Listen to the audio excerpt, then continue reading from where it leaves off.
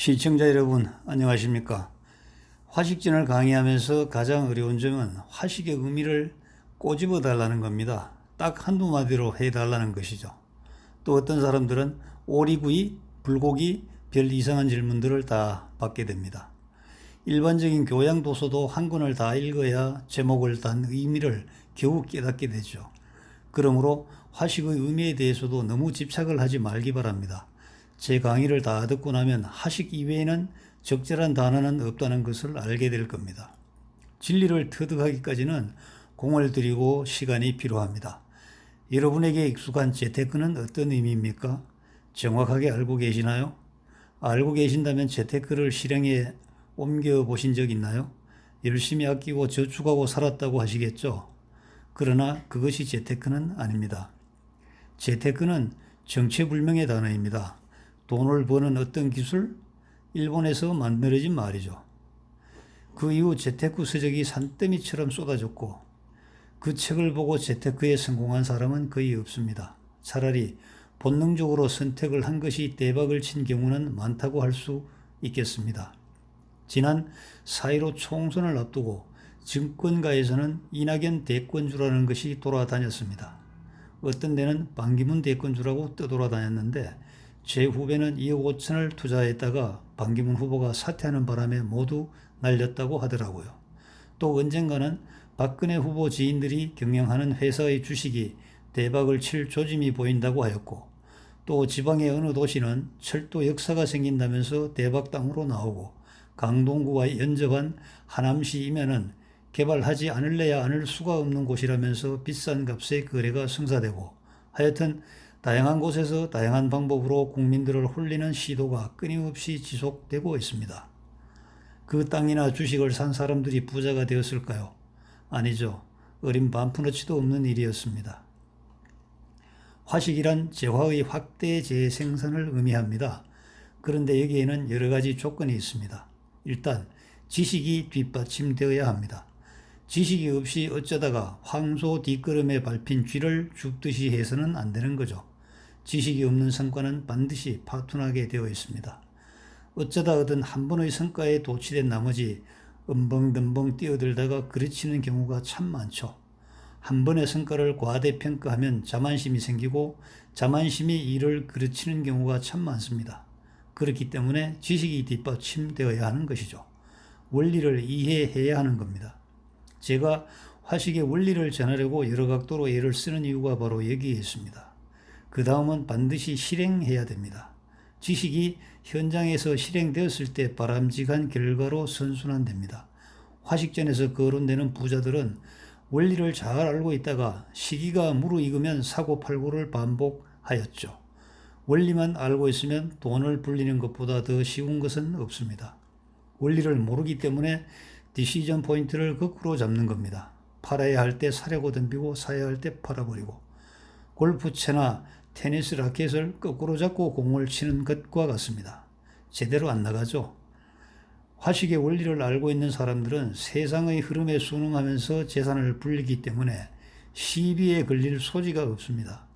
남들이 못 팔아서 안달일 때 사주고, 남들이 못 사서 안달일 때 팔아주고, 그리고 거꾸로 선택해서 큰 손해를 본 사람들에게 조금 배려를 해준다면 세상에 이보다 더 선한 일이 어디에 있겠습니까? 그리고 이웃을 위하는 선한 마음이 있어야 합니다. 자본시장에서 윤리 도덕을 바탕으로 한 선한 마음이 없으면 강탈자로 변모됩니다. 시장에서 상도덕이 형성되어 있지 않다면 상인들에게 강도 면허증을 발급하는 것과 마찬가지죠. 시장에서 성공한 사람들이 많은 돈을 가져가는 것은 당연합니다. 선택의 결과이기 때문이죠. 그러나 실패한 사람들도 시장 참여자임이 분명합니다. 이들의 실패가 성공한 사람들의 지갑을 부풀게 한 것이 분명하죠. 그렇기 때문에 시장에서 실패한 사람들에게 재기의 기회를 줘야 합니다. 자, 그렇다면 이렇게 좋은 이론이 왜 전해지지 않았을까요? 만약 시청자 여러분께서 이런 질문을 하신다면 당신은 천재입니다. 반드시 부자가 될 수 있을 겁니다. 그 이유는 세 가지로 압축됩니다. 첫째는 비밀이었습니다.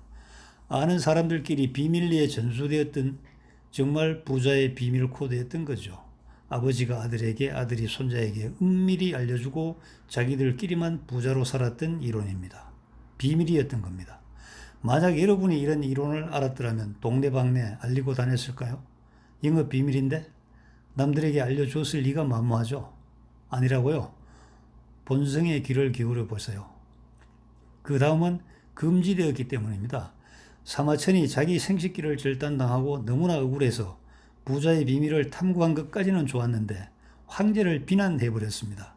시장 상인들의 이익을 빼앗아가는 황제는 가장 치졸한 지도자라고 표현했기 때문이죠. 아니, 이놈이 살려주었더니만 황제를 비난해? 그 당시에는 복비제라고 하여 황제를 비난하는 마음만 품고 있어도 사형을 당하는 시대였죠. 그런데 공개적으로 최하자 여지쟁이라고 하였으니 용서받을 수 없었겠죠. 화식전은 사마천이 많은 사람들에게 읽혀지기를 바란다고 했지만 이 책을 보관하다가 세상에 공개한 외손자 양훈도 죽임을 당하였다고 합니다.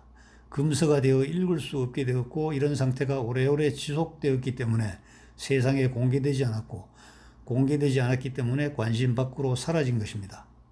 근래 등소평이 개혁 개방의 성과로 경제가 살아나고 삶이 윤택하게 돌아가자 그제서 사마천의 화식전에 눈을 돌리기 시작하고 많은 연구가 시작되었습니다. 등소평은 사마천이 지적했던 대로 지도자가 해야 될 것이 무엇인지 정확하게 알았던 그러한 인민의 우상이었습니다. 그리고 마지막으로 변질 왜곡입니다. 화식은 공자가 처음 언급했을 정도로 역사적 유래가 깊고 인민들의 삶과 직결되는 문제입니다. 잘 먹고 잘 입고 잘 사는 수단과 방법을 담아놓은 글자이기 때문에 단 한순간도 소홀히 취급할 수 없는 것입니다. 그런데도 불구하고 유학자들 사이에서 화식의 본질을 흐려버리는 기류가 생성되었던 것입니다. 선비가 추구해야 할 것은 충효와 같은 무형의 요소이지 화식과 같은 유형의 요소가 아니라는 겁니다. 산업공상의 구분이 엄연한데 가장 말업인 상업의 기능을 중시한 것 자체가 유학이 지향하는 바를 완전히 뒤엎어버린 대란의 도라는 것이죠. 마국간에서 동물을 돌보는 일도 마다하지 않았고 사설 학원을 설립하여 돈을 받고 학동들을 가르쳤으며 백성을 배부르게 한 다음에 가르쳐야 한다고 주장했던 공자의 어록도 변질시켜버린 겁니다. 맹자가 말했죠. 이익을 추구하는 사람의 마음은 어떤 방법으로도 다스릴 수가 없다면서 아하, 그래서 공자님께서는 가급적 이익에 관여하여 언급하지 않으셨구나 하고 감탄한 그러한 기록이 있습니다. 이러한 기록을 근거로 공자의 학파인 유학자들은 이익을 추구하는 말은 물론이고 마음을 먹는 그 자체가 부정하다고 하였습니다. 송나라 학자인 홍홍조라는 사람은 공자가 가난하였을 때 새도 잡고 물고기도 잡아먹었지만 잠을 자는 새에게 화살을 쏘지 않았고 코가 큰 그물을 던져서 작은 물고기는 빠져나가게 하였는데 이것이 바로 성인의 어릴 적부터의 본 모습이라면서 칭송을 하였던 것입니다. 그 이후 유학자들은 이러한 칭송이 줄을 이었고 먹고 입고 자는 것에 초연해야 한다고 스스로 경계를 세웠던 것이죠. 전라도 전주지방에서는 사내는 곡물 가격을 알아서는 안 된다고 하였습니다. 제 고향은 안동입니다. 안동에서는 더 심하였습니다. 타작마당의 곡식이 폭우에 떠내려가도 거두어 드리려고 허둥대지 말고 그 순간에도 나라의 충성과 부모의 효도를 생각해야 한다고 하였죠. 이거 완전 또라이죠. 이러한 영향으로 부자가 되어 세상을 구제할 역량을 가진 인재들이 가난뱅이로 자족하면서 살 수밖에 없도록 만들어버렸습니다. 공자 당시에는 많은 학파들이 있었습니다. 백가쟁명이라고 하죠. 백이라는 것은 수를 헤아릴 수 없이 많다는 뜻입니다. 세상은 춘추와 그 이후 전국이라는 일대 혼란과 혼돈의 시기였고 이런 세상이 되면 글쟁이 말쟁이들이 나타나 저마다 자기 말이 옳다고 떠들게 되어 있습니다. 지금과 비교하면 어떨까요? 광화문 일대를 한 바퀴만 돌아봐도 금방 알 수 있습니다. 각양각색의 단체가 골목골목에서 진을 치고 저마다 주장을 하면서 주먹을 휘두르고 있습니다. 심지어 진달래꽃을 꺾어들고 백두혈통을 칭송하는 사람들도 쉽게 볼 수 있습니다. 참 머릿속에 뭐가 들어있는지. 공자의 유학을 비롯한 6개 학파가 크게 성행하였는데 모든 학파가 이름만 남기고 사라졌습니다. 공자의 유학만 세월을 흘러 발전하였죠. 여러분은 궁금하지 않으십니까? 고래이 타분한 유학이 명맥을 이어온 이유를 말입니다. 공자의 제자는 3,000명이나 된다고 하지만 수제자는 10명입니다. 그 중에서 자공이라는 제자가 있었습니다. 공자의 인생 후반부에 나타난 제자인데 놀라울 정도로 지혜로운 사람이죠. 그는 공자의 어록인 학이 시습지 불력 일호를 제대로 실천한 제자입니다.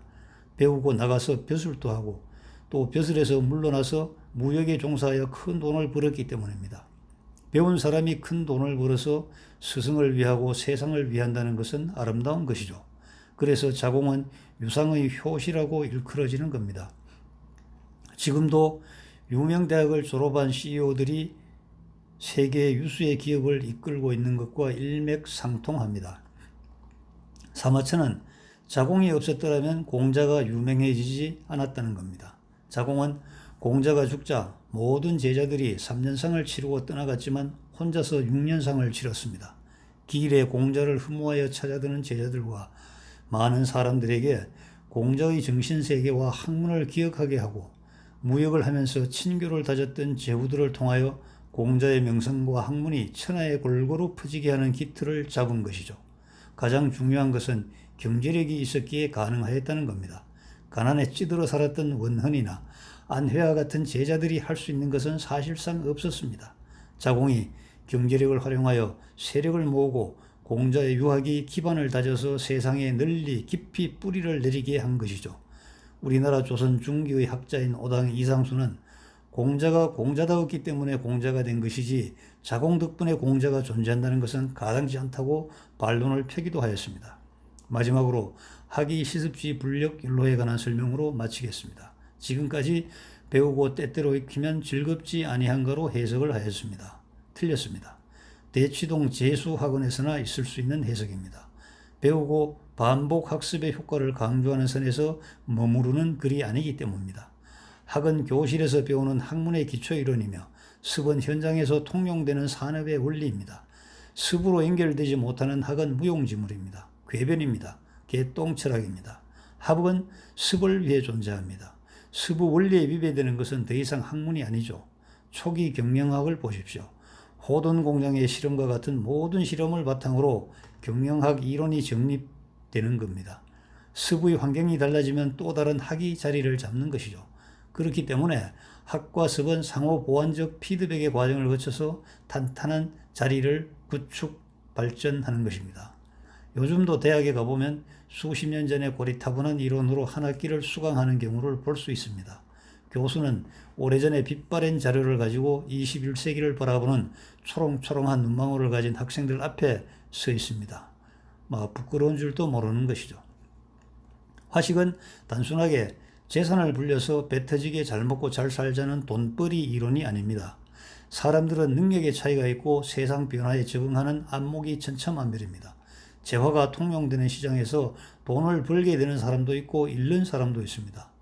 과거에 신한은행 초대 제일교포 주주 중에 어떤 사람은 아무 이유도 없이 주식을 처분하였습니다. 그런데 처분하고 나자 연일 신한주식이 고공행진을 하기 시작하였습니다.